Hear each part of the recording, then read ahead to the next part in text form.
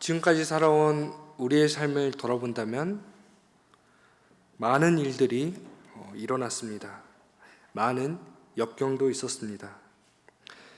그러나 많은 사람들이 우리가 힘들게 살았고 어렵게 신앙생활을 했던 때를 더 추억하기도 합니다. 오히려 지금이 그때보다도 더 잘 살고 있지만 그때가 더 행복하다고 느끼기도 합니다. 우리가 잘 아는 것처럼 이스라엘은 어려운 시절을 보냈습니다. 특히 그 시절은 광야 시절이라 할 수 있습니다. 광야 시절은 아무것도 없었기 때문에 이스라엘 백성들에게는 하나님만이 전부였던 시절이었습니다. 씨도 뿌릴 수 없는 땅에서 이스라엘은 오직 하나님만의 도우심만을 사모하고 구하였습니다. 광야 시절에 하나님께서는 백성들과 함께 하셨고 그들의 걸음을 인도하셨습니다. 오히려 이때가 이스라엘에게는 참 안식의 때였습니다. 하나님과의 신혼의 때라 할 수 있습니다. 그러나 이스라엘이 후에 가나안 땅에 들어가고 나서는 오히려 달라졌습니다. 이스라엘은 하나님을 떠나버렸습니다. 이들은 하나님을 떠나버리고 허황된 것만을 따라갔습니다. 예레미야는 유다왕 요시야 제13년에 예언자로 부르심을 받았고 시드기야 시대까지 예언 활동을 했습니다. 예레미야는 동족의 슬픈 미래를 자신의 아픔으로 받아들였습니다. 그래서 우리가 흔히 예레미야를 눈물의 예언자라 부르고 있습니다. 예레미야가 예언 활동을 했을 때에 요시야의 종교개혁이 일어났습니다. 요시야는 성전에 있는 우상 숭배와 관련된 것들을 모두 제거하고 성전을 정화하였습니다. 나라 각처의 산들 또한 없앴습니다. 그러나 갑작스러운 요시야의 죽음과 함께 유다의 운명은 완전히 기울어 버렸습니다. 유다의 역사를 통틀어서 훌륭한 왕이었던 요시야도 이방 나라와의 동맹이라는 유혹에 무릎을 꿇고 말았습니다.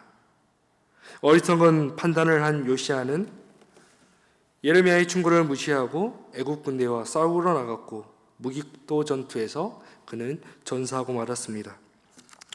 이후 애굽에 반대하는 백성들은 요시야의 아들 여호아스를 데려와서 왕으로 추대했지만 그 역시도 왕으로 즉위한 지 불과 3개월 만에 왕의 자리에서 내려와야 했습니다. 그리고 친애굽파였던 여호야김이 유다의 왕이 되었습니다. 여호야김은 하나님을 바르게 섬기는 것에는 전혀 관심이 없었습니다. 이후 유다는 어떻게 됩니까? 급속도로 무너졌습니다. 마지막 왕 시드기야는 두 눈이 뽑힌 채 사슬에 묶여 바벨론으로 끌려갔습니다. 이러한 시대적인 상황 속에서 예레미야가 활동했습니다. 이 유다는 약속 국가였습니다. 지구정학적으로 보면 북쪽에는 아수르와 바벨론이 있었고 남쪽에는 애굽이 위치해 있었습니다. 우리가 이것을 쉽게 본다면 유다가 망하게 될 수밖에 없었던 이유가 지정학적인 이유라 우리는 생각할 수가 있습니다. 그러나 유다가 망하게 되는 이유는 무엇입니까? 나라의 책임자와 백성이 하나님을 떠나버렸기 때문입니다. 어려움 속에서도 하나님을 찾지 않고 정치적인 동맹관계 속에서 자기들의 살 길을 찾으려 했기 때문입니다. 이렇게 유다는 하나님을 의지하기보다 아수르, 애굽, 바벨론에게 도움을 구했습니다. 예레미야서에 나타난 백성들은 하나님의 말씀을 듣기보다 바로 이방신을 찾아갔습니다. 결국 유다가 이렇게 된 데에는 우상 숭배와 관련이 있습니다.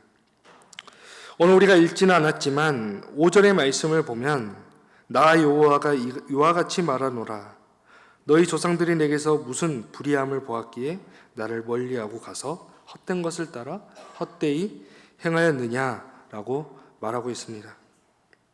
지금 너희 손주에게서 무슨 허물을 보았기에 바로 하나님을 멀리 떠나 헛된 것을 따르느냐라는 것이었습니다.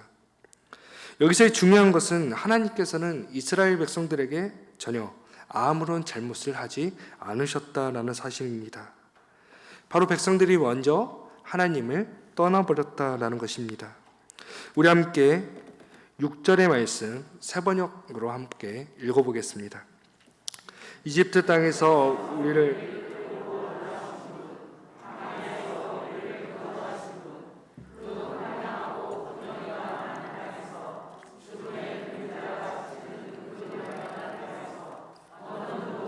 지나지 않고 살지 않는 그 땅에서 우리를 인도하신 주님은 어디 계십니까? 하고 묻지도 않는구나. 아멘. 6절의 말씀을 통해 알 수 있듯이 바로 이스라엘의 마음에는 하나님은 없었습니다. 이스라엘 백성들의 애굽에서 힘든 역경을 겪었을 때 하나님께서는 그들의 부르짖음을 들으셨습니다. 그리고 그들을 해방시키셨고 그들을 약속의 땅으로 인도하셨습니다. 광야에 머물 때에도 하나님께서는 백성들과 함께 하셨지만 그러나 막상 가나안 땅에 들어간 백성들은 더 이상 하나님이 어디에 계신지 묻지 않았습니다. 바로 5절의 말씀처럼 헛된 것을 쫓아다니며 그들은 허무하게 되어버렸습니다. 하나님께서는 이런 백성들을 보시며 내가 너희를 기름진 땅으로 인도해서 그 땅의 열매를 먹게 하였고 가장 좋은 것을 먹을 수 있게 했는데 너희는 들어오자마자 내 땅을 더럽히고 내 재산을 부정하게 만들었다고 한탄하셨습니다. 여기서의 헛된 것이란 아무런 알맹이가 없는 것이라는 뜻입니다. 이스라엘은 하나님을 버리고 잡을 수 없는 허탄한 것, 바람과 같은 것, 아무것도 아닌 것을 붙잡으려 했습니다. 하나님께서 이스라엘 백성들과 함께 하셨지만 그들은 하나님을 버리고 허황된 것을 쫓아 살았던 것입니다. 그리고 이 헛된 것이 우리는 우상임을 알 수 있습니다. 그래서 예레미야서를 보면 많은 분량에 거쳐서 우상 숭배의 이런 문제를 집중적으로 다루고 있습니다.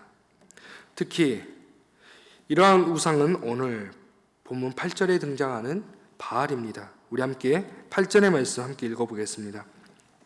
제사장들은 여호와께서 어디 계시냐 말하지 아니하였으며 율법을 다루는 자들은 나를 알지 못하며 관리들도 나에게 반역하며 선지자들은 바알의 이름으로 예언하고 무익한 것들을 따랐느니라. 아멘. 여기에는 네 종류의 사람들이 등장합니다. 제사장, 율법을 다루는 자, 관리와 예언자입니다. 먼저 제사장과 율법을 다루는 자들은 이스라엘의 길잡이 역할을 하는 사람들이었습니다. 그들은 백성들을 가르치는 사람들이었습니다. 이들은 백성들에게 하나님을 바로 섬기는 법을 제대로 가르쳐야 할 책임이 있었지만 오히려 하나님께 관심이 없었고 제대로 섬기지 않았습니다. 다음으로 관리는 목자를 의미합니다. 이스라엘의 목자인 정치 지도자들은 하나님의 뜻을 따라 백성들을 돌보아야 할 책임이 있었지만 그러나 그들은 오히려 하나님을 두려워할 줄 모르고 자기들 마음대로 권력을 휘둘렀습니다. 마지막으로 예언자들은 이러한 종교 지도자들과 정치 지도자들이 잘못을 했을 때에 이것을 바로잡아야 하는 역할을 해야 했지만 그러나 그들은 바알의 이름으로 예언하며 무익한 것을 따랐습니다. 이처럼 이스라엘은 바알이라는 이방신과 밀착 가까운 관계를 형성하였습니다. 바알은 가나안 토착민들이 섬겼던 신들 가운데 하나였습니다. 가나안 사람들은 자연에 있는 여러 가지 일을 신적인 숭배의 대상으로 삼았습니다. 특히 가나안 땅은 사막과 바다 사이에 있어서 비가 충분히 내리지 않았고 큰 강을 끼고 있지 않아서 비와 관련된 풍요와 다산에 깊은 관심을 가졌습니다. 그리고 대표적인 신이 바로 풍요와 다산을 상징하는 바알이었습니다. 유대 역사에서 많은 예언자들이 백성들에게 바알을 섬기지 말라고 반복해서 외쳤습니다. 그러나 백성들은 반복적으로 바알을 숭배하였습니다. 왜 이스라엘은 그렇다면 바알을 떠나지 못했던 것일까요? 이스라엘이 가나안 땅에 들어가기 전에 모세는 백성들에게 경고하였습니다. 마음을 다하고 뜻을 다하고 힘을 다하여 하나님만을 사랑하라, 이렇게 당부하였습니다. 그러나 가나안 땅에 들어간 백성들은 모세의 당부를 잊어버렸습니다. 이스라엘이 가나안 땅에 들어가서 제일 먼저는 새로운 문화에 적응해야 했습니다. 가나안 땅의 사람들은 이스라엘과는 달리 농경 문화를 가지고 있었습니다. 이스라엘은 한 곳에 정착하지 않고 이동하였던 유목민족이었습니다. 아마도 새로운 문화에 적응하기란 쉽지 않았을 것입니다. 그러나 가나안 땅에 살고 있는 사람들은 농사도 잘 짓고 풍요를 누리는 것을 보고 아마도 그들의 삶을 부러워했을 것입니다. 아마도 이스라엘에게 가나안은 새로운 세상이었습니다. 새로운 문화를 가졌고 이들의 종교는 훨씬 자유로워 보였을 것입니다. 이스라엘에게 가나안 사람들의 삶은 부러워할 만한 것들이었습니다. 아마도 우리가 이 땅에서 잘 살기 위해서는 이들의 문화와 삶을 받아들여야겠다고 생각했을지도 모릅니다. 그러나 하나님께서는 이스라엘 백성들을 선택하셨고 애굽에서 고통당하시는 당신의 백성의 부르짖음을 잊지 않으셨습니다. 놀라운 기적을 보이시며 백성들을 가나안 땅을 향해 인도하셨습니다. 백성들이 목이 말라 하면 물을 주셨고 배가 고파하면 아무 수고도 하지 않았지만 만나를 주셔서 배불리 먹이셨습니다. 또한 그들의 대적들이 나타나면 하나님께서 친히 싸우셨습니다. 그러나 가나안 땅에 정착한 뒤에는 이들은 자신과 함께 했던 하나님을 잊어버렸습니다. 하나님의 은혜를 온몸으로 겪었지만 더 이상 하나님을 찾지 않은 것입니다. 과거 광야에서 겪었던 하나님의 경험이 이제는 이스라엘 백성들에게는 시시한 것이 되어버렸던 것입니다. 이들의 눈앞에는 더 화려하고 풍족한 것들이 가득했기 때문입니다.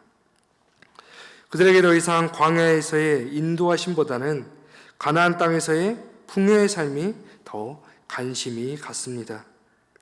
이스라엘은 하나님과 계약을 맺은 언약 백성이었지만 먼저 하나님과의 언약을 깨트려 버렸습니다. 그들에게 중요했던 것은 바로 가나안 땅에서 먹고 사는 문제였기 때문입니다. 예레미야 2장 20절을 보면 내가 옛적부터 내 멍에를 꺾고 내 결박을 끊으며 말하기를 나는 순종하지 아니하리라 하고 모든 높은 산 위에서와 모든 푸른 나무 아래에서 너는 몸을 굽혀 행음하도다 라고 말하고 있습니다. 이는 무엇을 의미하냐면 이스라엘이 저녁에서 바알을 섬겼다라는 것입니다. 그렇다면 과연 이스라엘에게 하나님은 어떤 분이셨던 것일까요? 어쩌면 이스라엘에게 하나님이란 자신들의 어려움을 해결해 주는 존재, 물이 마시고 싶을 때 물을 주고 배가 고플 때 만나를 주는 이런 자신들의 물질과 욕구를 채워주는 존재였는지도 모릅니다. 가나안에 정착해보니 지금까지 자신들을 이끌어 주었던 하나님보다는 이제는 바알을 따르는 것이 자신들에게 더 도움이 되고 이 땅에서 잘 살 수 있는 길이라 생각했을 것입니다. 이렇게 우상 숭배를 하는 백성들은 뻔뻔하였습니다. 우상 숭배의 삶을 살면서 필요할 때만 형식적으로 하나님을 찾았습니다. 진심으로 하나님께 돌아오지 않고 그저 흉내만 냈던 것입니다. 오늘 본문에서 예레미야는 이스라엘이 행한 두 가지의 악을 말하고 있습니다. 우리 함께 13절의 말씀 함께 읽어보겠습니다. 성이 두 가지 악을 행하였나니 그들이 생수의 근원되는 나를 버린 것과